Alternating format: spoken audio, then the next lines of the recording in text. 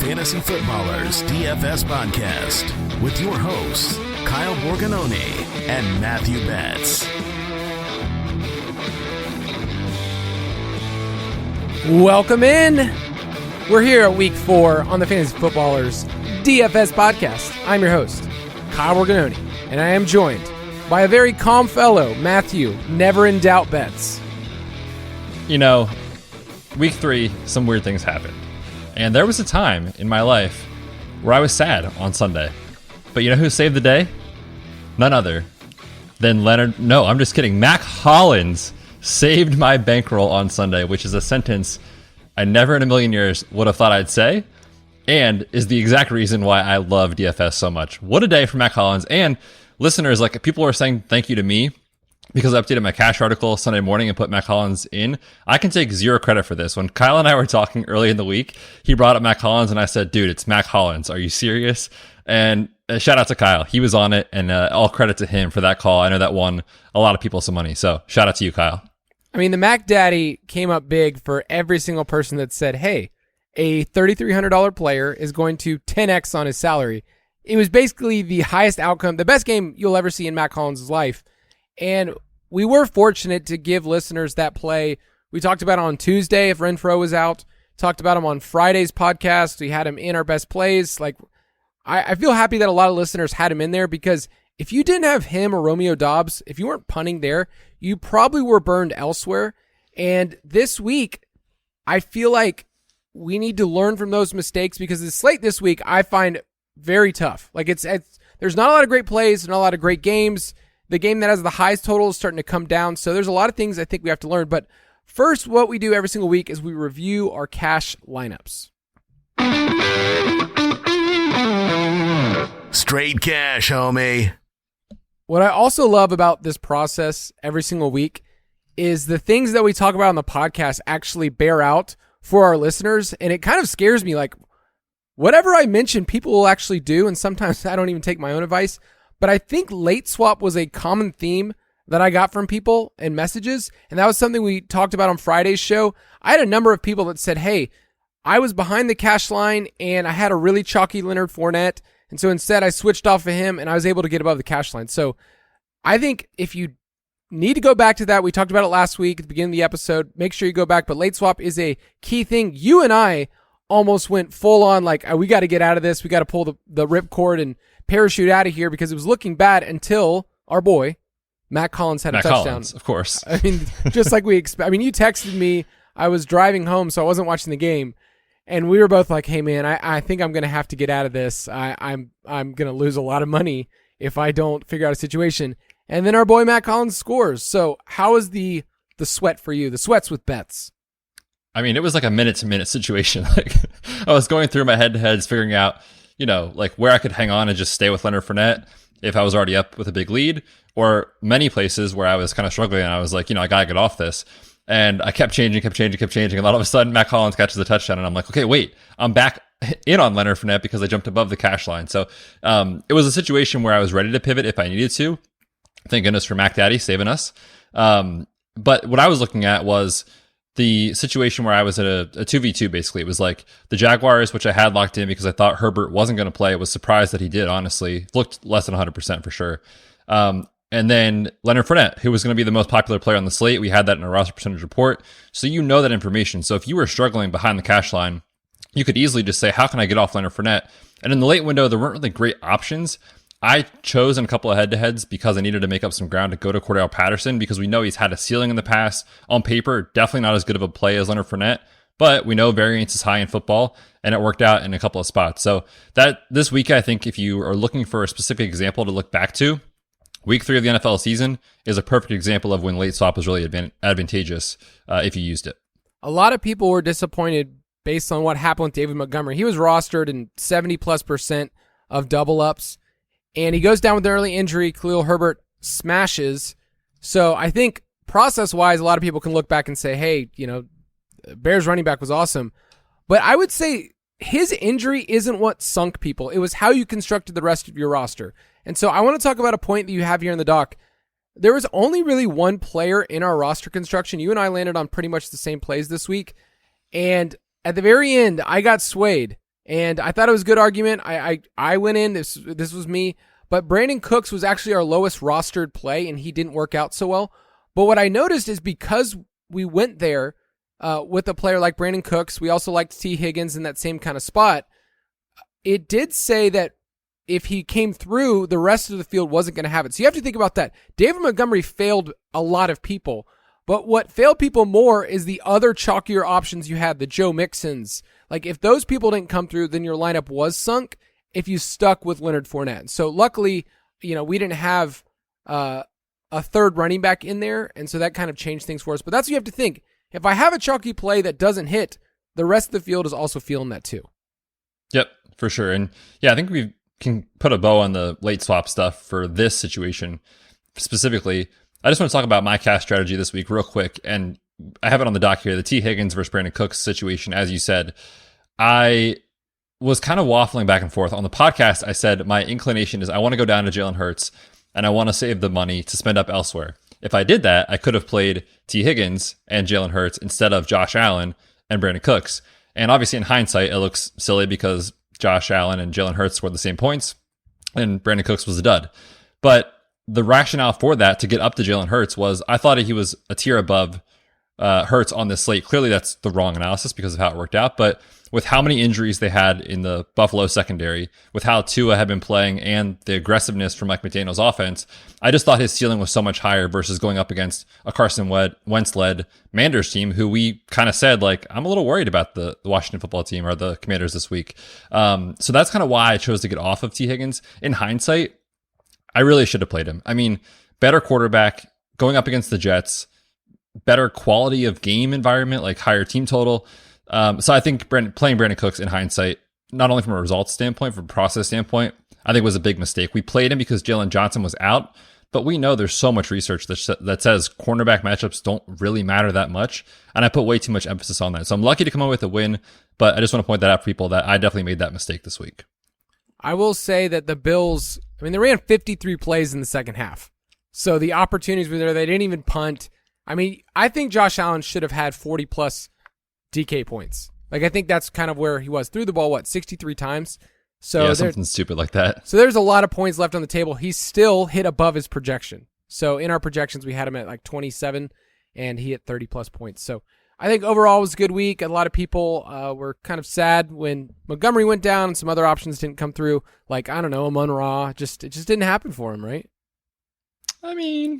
We both played him. We both played him. So we'll talk about him. He was on his way to a massive day, I will say, before the ankle injury, of course. And he got tackled at the 1, I believe. Oh, he's popping in the tackled at the 1 metric that, it takes 4 weeks of data for me to really get this model going. But right now he's number 1 in the list. He's probably always number 1 on your list, but his price is really high this week. He's the wide receiver 3 in DraftKings. Yeah, he's up there. He might not even play. I know, that's the thing. Like, it might not even matter. We won't even have to talk about it. But if you want to get all of our picks, you can get them in the DFS Pass. Go to dfspass.com. Use the promo code DFSPod.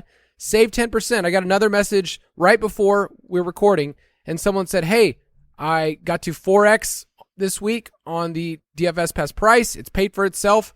And also, he's like, I got to enter into some free contests. DraftKings has those every week. There's lots of people. He said, I cashed in that. And that paid for the pass itself. He said, I would encourage people, like, playing those free ones, and you're basically going to be able to win those and win a lot more. We had another listener, man, that screenshot of I turned $3 into $10,000 this week was awesome, and also caused my wife to say, why is that not you? Do you get that? Yeah, I didn't tell her. It's one of those situations where you just leave it go. Congratulations. I think it was Scott who did that. But yes, I'm not going to bring that up to my wife. So yes, go to dfspass.com. You get all of our picks, everything in there. But let's talk about the week 4. State of the main slate. Each week, we will be referring to the DraftKings Sportsbook line. It's where Betz and I play. You can go to sportsbook.draftkings.com. And we're going to check on the wager before we look at the lines for this week. Betz, you're looking pretty good with your Raiders bet. Yeah, I took him under 8.5 wins. I got that at plus money. It was kind of a thin projected play when I took it, but because of the plus money, I thought it was decent value. They've had opportunities. They just haven't capitalized. And I think they will come around eventually, but they're not really a elite team in my opinion. And we have that tough AFC West schedule coming up. So that looks pretty good right now. They are currently 0-3. I took J.K. Dobbins under his rushing total, and, we saw him have only 7 carries this past week. And on the season, his total's at 875, which can sound scary, but we're seeing a different Baltimore offense. Like, they're ranking 5th in neutral pass rate, and I think we're going to keep getting games like this. If their defense is this bad and Lamar is playing out of his mind, they would be stupid to return to just a ground and pound approach. Their offensive line is also pretty banged up. So I'm feeling pretty good about that one. I think he's never going to be a full-time back, like coming off his major injury. So I don't know. Under 875 feels pretty safe at this point, knowing that we had some injuries stuff baked in to start the year. So let's talk about this week and the lines for it. There's a lot that's shifted. There's one game that's clearly above the rest, and there's another one that's sitting at 50, and I think it's going to keep falling. So tell us the 50-plus games. Yeah, there's really not that many this week. There's one which looks awesome. We got Josh Allen and the Bills taking on Lamar and the Ravens, 51.5 total there. The Seahawks and the Lions sitting at 50 points. We're going to talk about that game. I'm skeptical to say the least. And then Cleveland taking on your Falcons. That one right now at 49.5. I've seen it on some books at 50, but it's kind of right at that 49.5, 50 mark. That game opened at 48. So it keeps getting bet up. And the Cleveland one? Yes. Ooh, I'm surprised. Marcus Mariota, baby. I know. So the Browns offense is fun. Rushing wise, you can count on Kareem Hunt and Nick Chubb, who's the RB1 overall. But yes, there's some pieces to the Atlanta game. Like, are we going to be talking about that game on Thursday, like the one Falcons game all year that I get to talk about? I think so, because of the slate. I mean, there's not much on the slate that you get excited about. I think it's a pretty good spot, and both defenses have a lot of holes. Both running games are good. I'm really interested in Cordell Patterson. I never thought I would say there's a 31-year-old. Love the confidence. I think there's something there. So we'll talk about that game, but yeah, it's been bet up almost at 50 now. Give us the top 5 team implied total teams. Yeah, there's a couple sitting there right at 27.5. Bills, Eagles, Lions. The Lions one is coming down. So by the time you listen to this, it might actually be lower. I saw it a couple books yesterday at like 28.5. Now it's at 27.5. But they're the top 3. Cleveland at 25.5, and then Green Bay 25.3. So looking at the slate, just kind of giving some overview of it, we have one less game because there's a London game between Minnesota and New Orleans, and a lot of low totals. There are 4 or 5 games on this slate that currently have a total under 43 points. So there's a lot of grossness on this, including Bears and Giants currently at 39 for the over-under. Man, how popular is Buffalo and Baltimore going to be? I mean, head and shoulders above any other game on the slate from a game stack.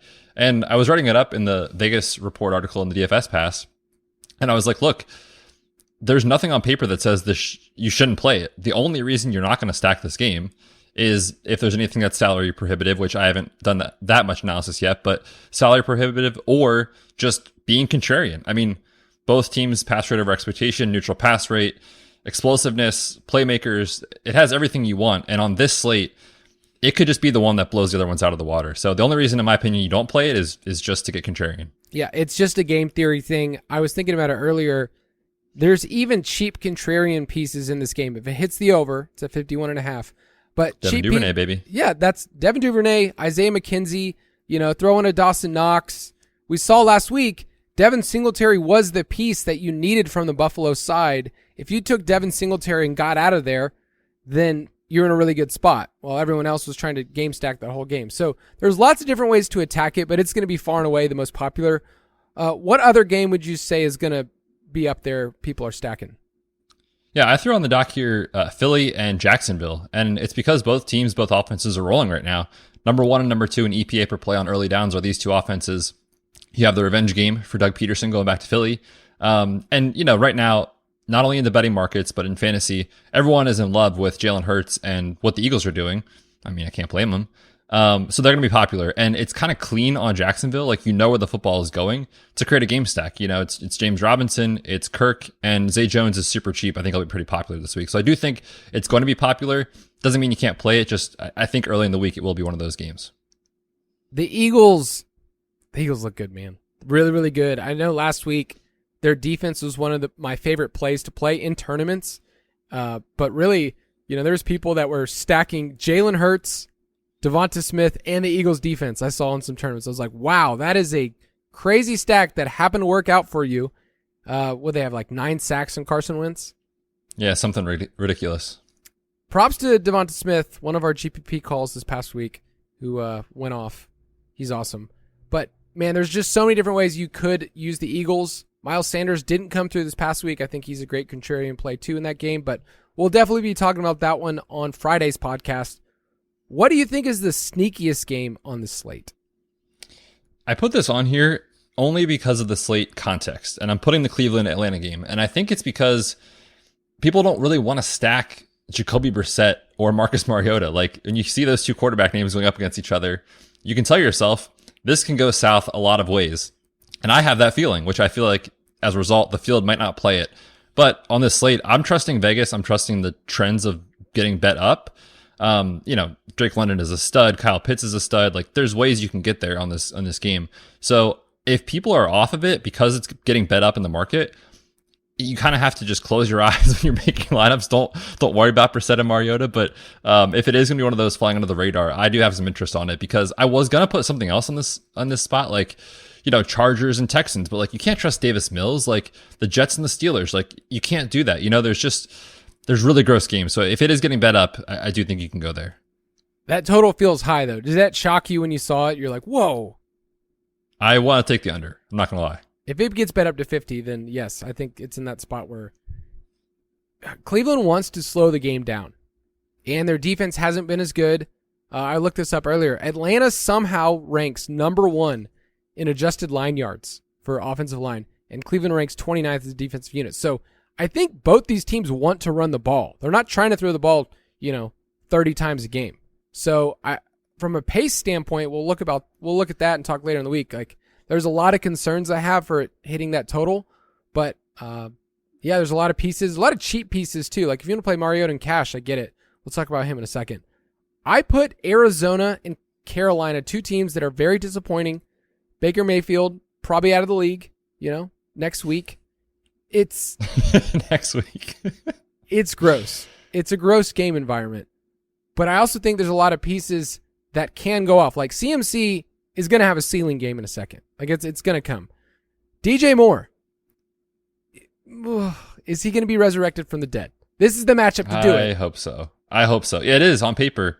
But Baker, man, it's just, we all thought, and this is, Jason said this on his Things to Remember, like, we thought Baker would be the best quarterback he ever played with. Well, it doesn't matter. And same is true for Terry McLaurin and Carson Wentz. Those guys just don't move the needle. But he's getting cheap. You bet on talent, and the matchup's great. So if our roster percentage report shows that no one's playing DJ Moore, his price, man, just keeps coming down. Like, I think you take your shots. The total's only at 44.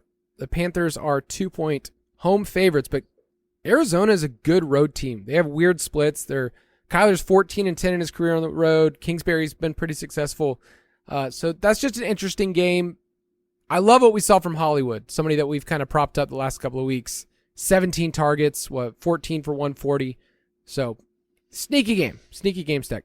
Which game do you want to be underweight on? I listed here Chicago and the Giants. And on paper, you would say, well, obviously, Betz, these 2 teams are not that great. So why would we stack it? But this is a situation where I think these guys are going to be pretty popular. You have David Montgomery injury situation, making Khalil Herbert likely one of the most popular cash game and tournament plays if he sits. And then on the Giants side, Saquon's usage is insane, so he's going to project very well. So I just feel like there's pieces here that are going to be really popular, but the game environment is so gross. Where is it at? Is it at 39 currently? Actually, 38.5. I just wrote it up. It dropped another half point between these 2 teams. And the other tricky situation is people could probably talk themselves into Giants wide receivers, right? With the Sterling Shepard unfortunate news. It just feels like one of those games where it's going to project well from the player standpoint, but the environment is terrible. So if people are going there in tournaments, I will be off of it.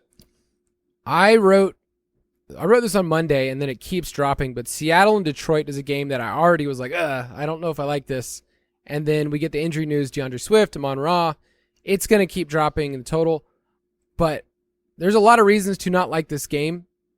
Detroit ranks 30th in neutral pass rate, and their efficiency was something that I kind of brought up after the first 2 weeks. Like, hey, they're not going to continue to be this team, especially in the red zone.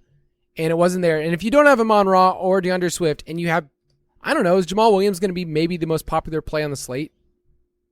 I mean, DK is not giving him away. He's 6,100. So I think for his role, people are going to play him for sure. But it's not like he's a $4,500 back. Right. I think that for what he's done, and he's been really good, he leads the entire league in carries inside the 10. So he's just a player that I think you can have bankable volume. I just think that it's a place where I don't want to go in a game. Seattle's side is going to be up and down. I think that game screams under. I think it's going to be bet down. This is my prediction. If Amon-Ra is out, I think this game will end up around 45. I think it's definitely going to be a bet down. I actually took the under not only on the game total. Don't take my advice. I'm not a great sides and totals better, but it's the under. And I took the under on the Lions team total because, yeah, you're right. If Swift's out and Amon-Ra's out, like, do I trust Jared Goff, Josh Reynolds, and DJ Chark to be explosive? Not really. And Geno Smith's on the other side of the football. A lot of people were making noise of, look at what they're doing in pass rate over expectation. In week 1, they're number 3 in the league, but they are slowly coming back down to earth. Pete Carroll showing his true colors in his Air Monarchs, chewing his gum. So I'm with you. This game screams under. And if it's going to be popular, I'm going to be shying away from it. All right, let's pause for a quick break.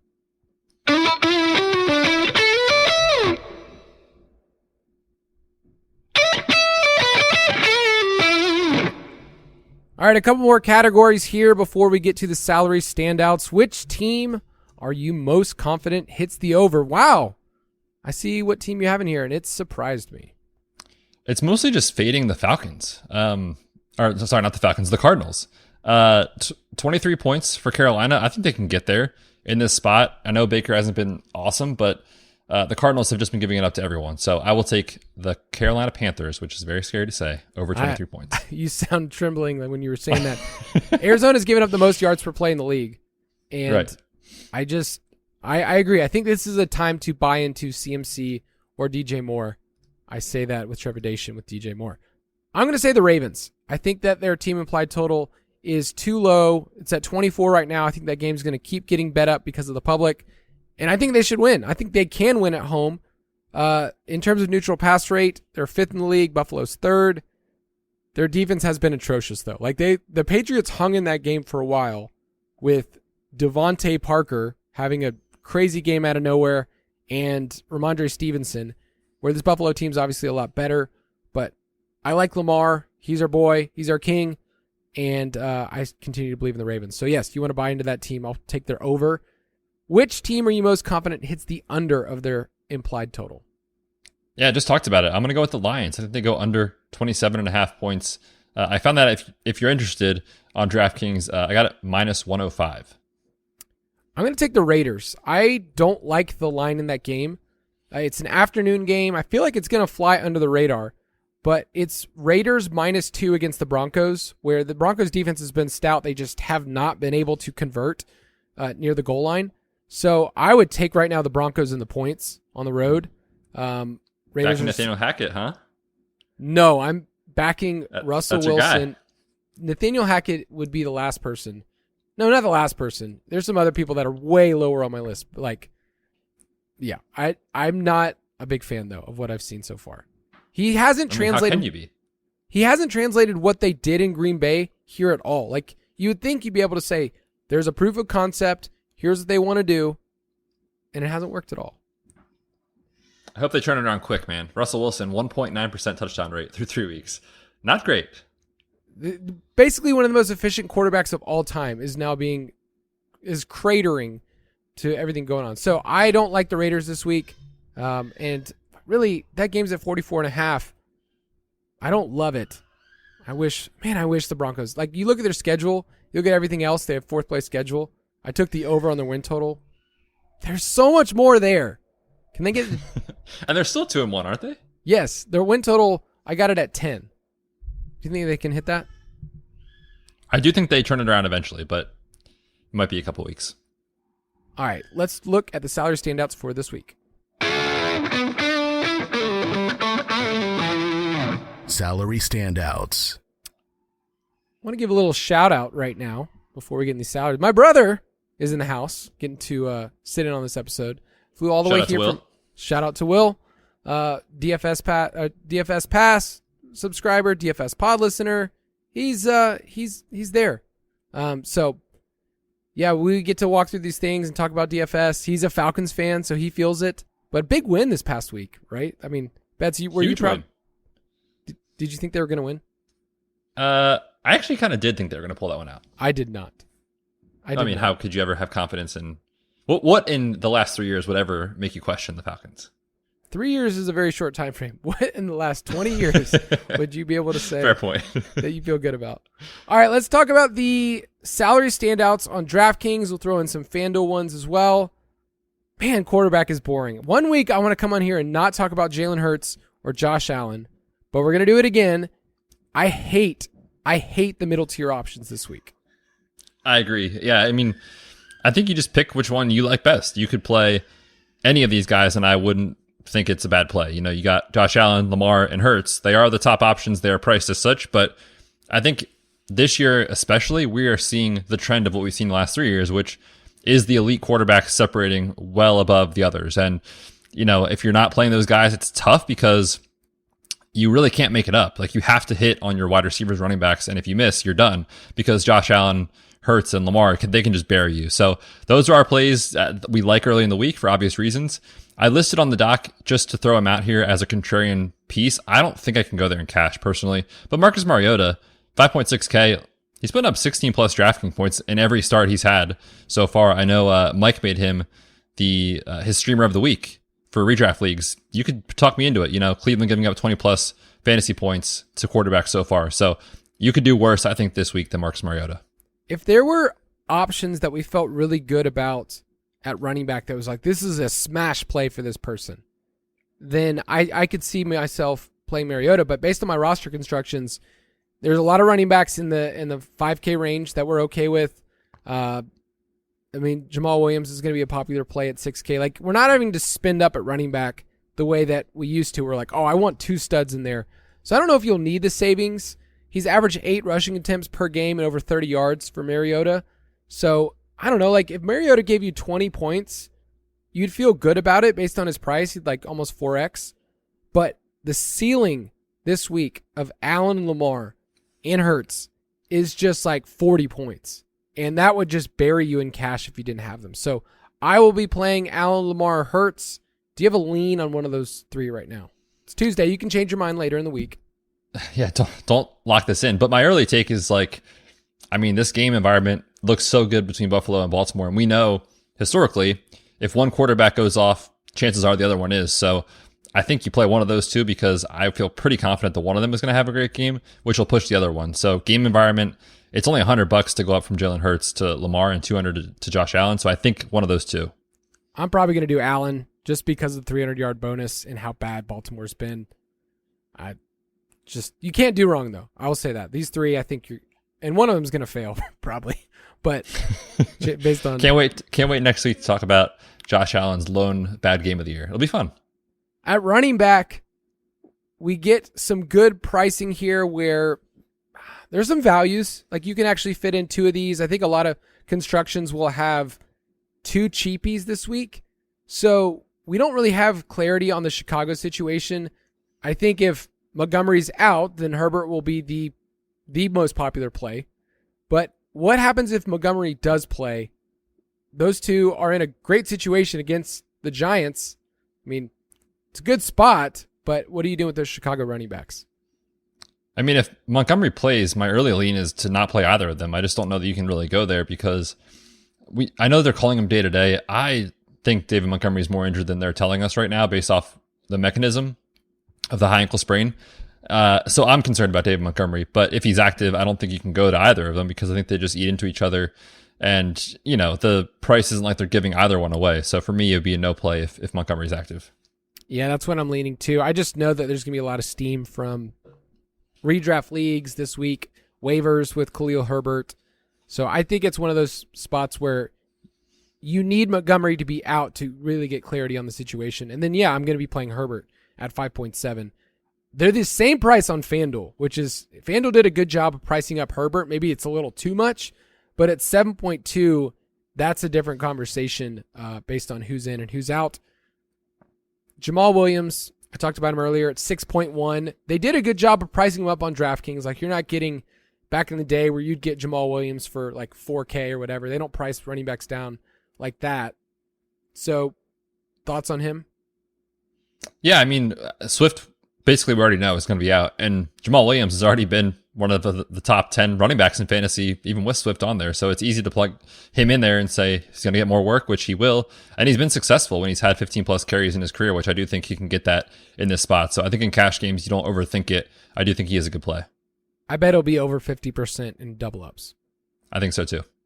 Dameon Pierce at 5.6. I talked him up last week, and he was actually good.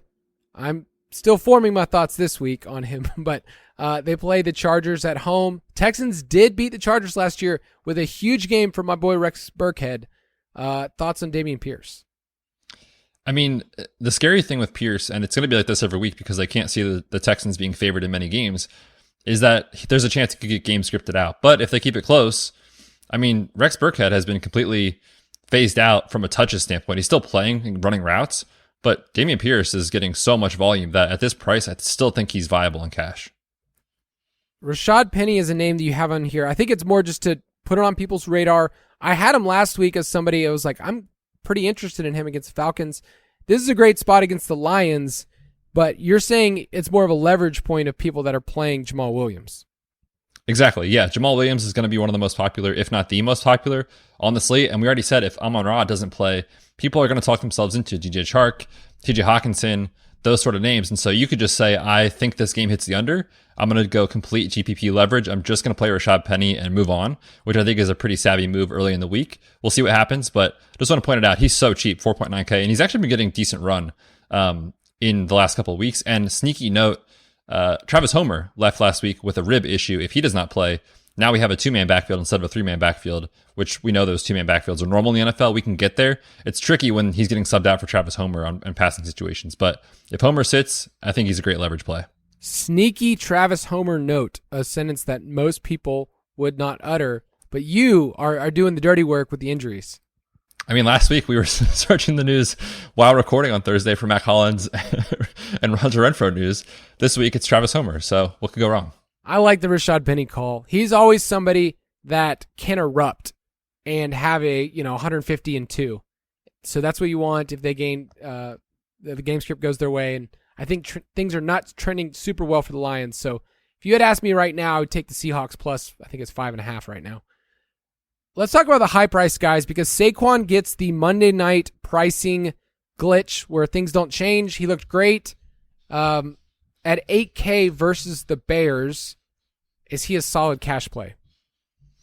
I mean, he was already solid before the Sterling Shepard news. Now we have that. The wide receiver room is in shambles. I mean, Kenny Golladay is basically benched and there was trade rumors. So he is the offense. The issue is we know that the offensive line isn't great. And typically we don't love playing two running backs in the same game. So if you're playing Khalil Herbert, you want to go to Saquon. I think from a median projection standpoint in cash, it would be fine, but I would be very concerned about playing those two together in tournaments. It'll be interesting with that game, like you said. I want to pay up for either Saquon or CMC right now. CMC is one of those things where it's like, he's been great on a median standpoint. I think people that are, like, oh, he's trash right now. Like, yes, the offense hasn't been great. He's still been a top 12 back, and his usage is 21 plus opportunities a game. So that's top 5 usage in the league. That's what you want, and you're going to see an explosion. So I'll take CMC on either side on FanDuel. He's 8.8, so I like him there. But probably between CMC and Saquon in that elite tier. Is that where you're at? Yep, I think so. All right, a couple other names I'll throw out on FanDuel. Antonio Gibson's only 6.6, and Tony Pollard, who looked great on Monday night. I wish he was more involved in the passing game. Like, I don't understand why they're not lining him up there. He only ran 9 routes on Cooper Rush's 32 dropbacks, but his price stayed the same because of Monday Night Glitch. So only 6K. On FanDuel, that is really low for a running back. We'll see. They play against Washington this week. It's a good matchup. let's go to wide receiver. I highlighted this person in here. I know you will be happy to see it, but I've already circled him as an early favorite to be in my cash game lineup. It's A.J. Brown at 7.4. He is priced down relative to where I think he should be on DraftKings. I love him. He's seeing 9 targets a game. I mean, tell me I'm smart. I will never tell you anything negative about the Eagles. So A.J. Brown is a great play every week. I mean, with how they're rolling right now, yeah, he's in play for sure. I also like CeeDee Lamb. I know that's like a curse word to some people, but his price didn't change because of what happened on Monday night. So 6.7 is what you're getting for a player with a 33% target share, and they play against Washington, a matchup that you and I have just over and over again said, like, keep attacking the Washington secondary. So those two are kind of priced in a good spot relative to their roles in their offense. There's obviously better plays on this slate, higher price guys. So like Stephon Diggs, Devontae Adams, I think those are two of the better plays.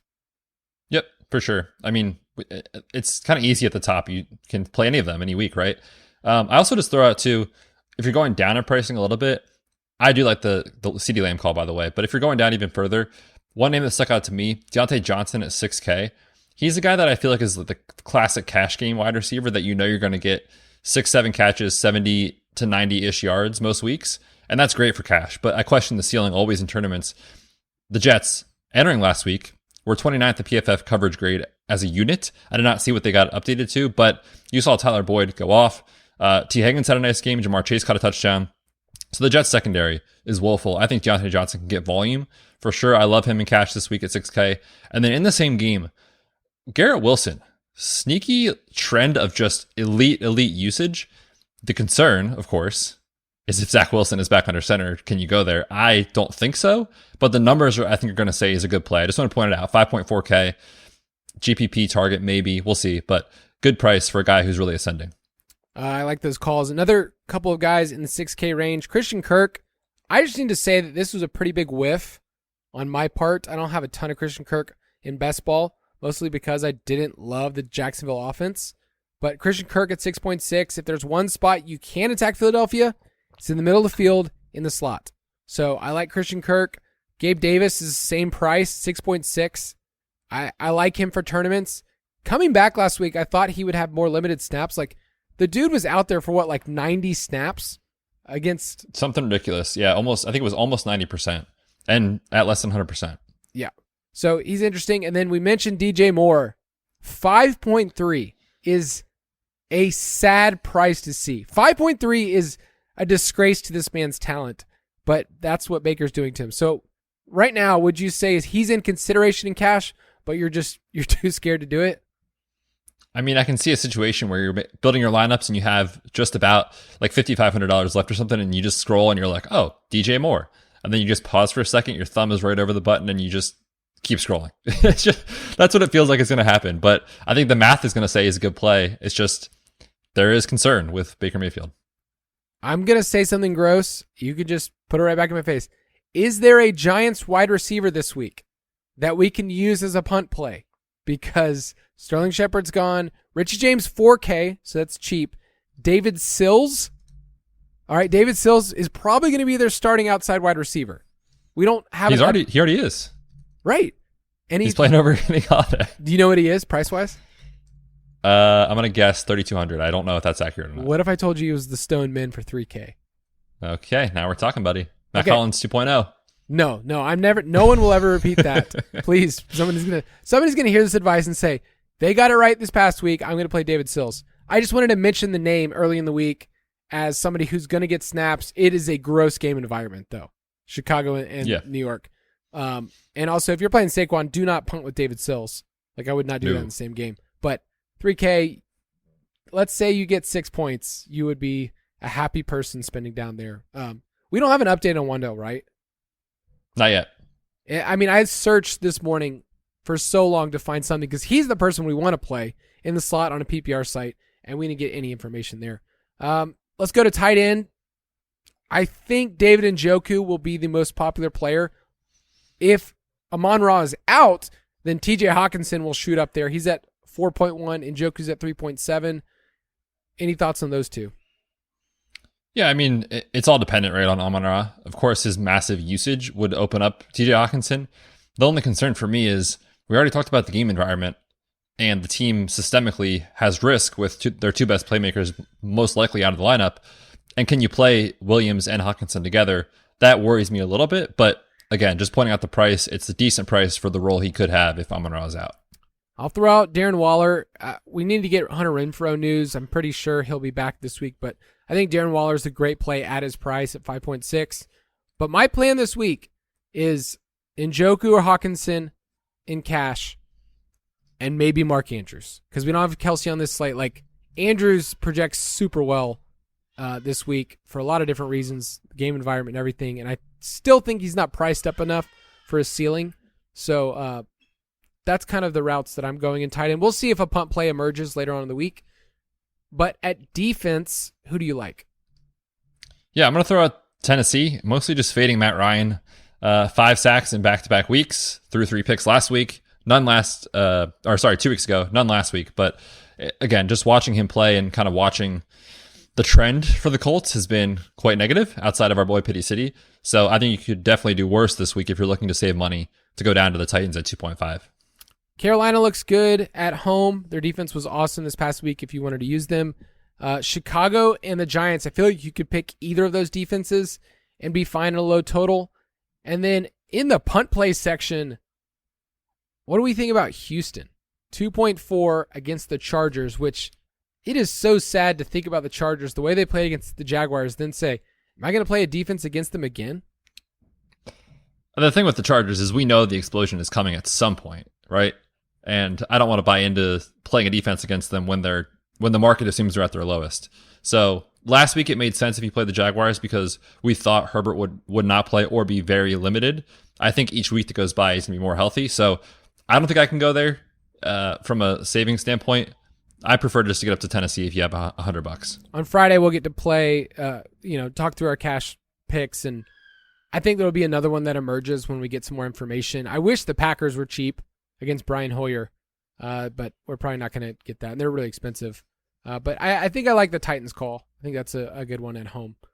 If you want to play with us, do that every single week at ballersdfs.com. Get part of our DraftKings League. We will open up one this week for a really exciting Thursday night game against the Dolphins and the Bengals. Those are always fun. So you go to ballersdfs.com, enter the contest.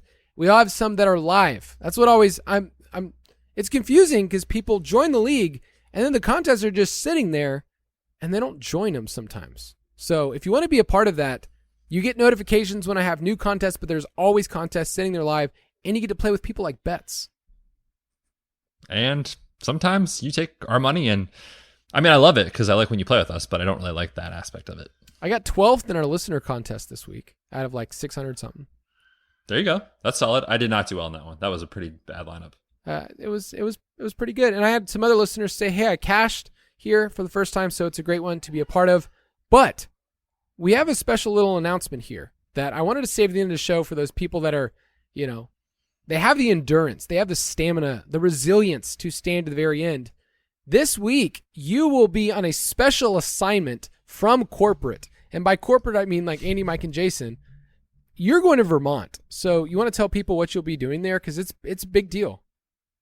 Yeah, this is huge. I mean, they are paying for a chartered flight to get up there. I'll be there Thursday through Sunday, monitoring the weather each day outside. Just every day. Being able to see if it's actually snowing because we know the snow model is undefeated. We saw it last week.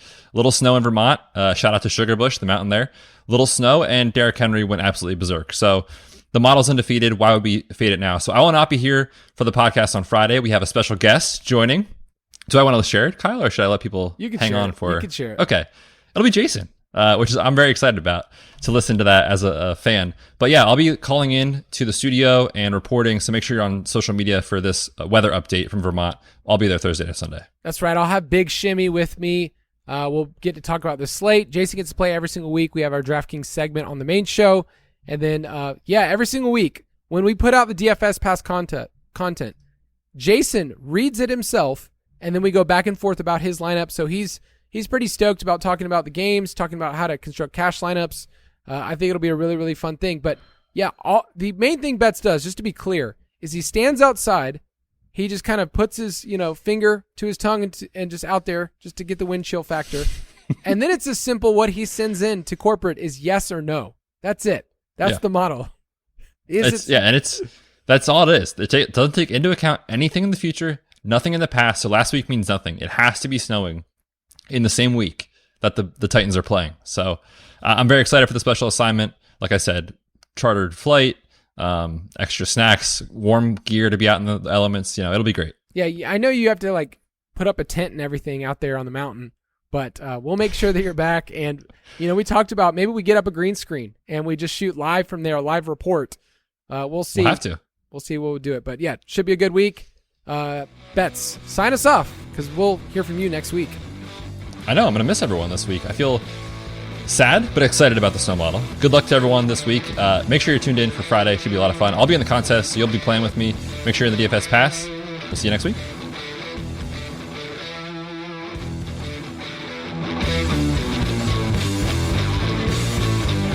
Thank you for listening to another edition of the Fantasy Footballers DFS Podcast. Don't forget to visit us on the web at www.thefantasyfootballers.com.